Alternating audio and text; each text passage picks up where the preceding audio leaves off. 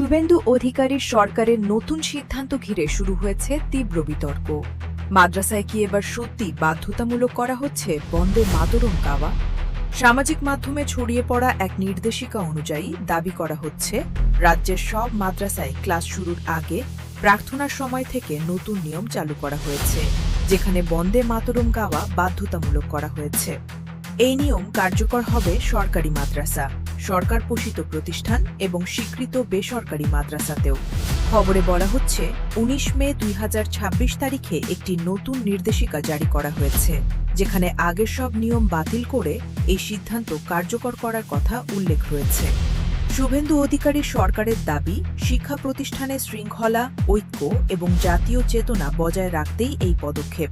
তবে এই সিদ্ধান্ত ঘিরে ইতিমধ্যে রাজনৈতিক মহলে শুরু হয়েছে তীব্র বিতর্ক।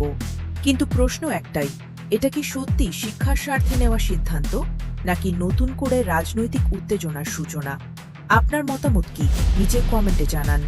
এমন আরও ব্রেকিং নিউজ পেতে চ্যানেলটি সাবস্ক্রাইব করুন। BBT, London.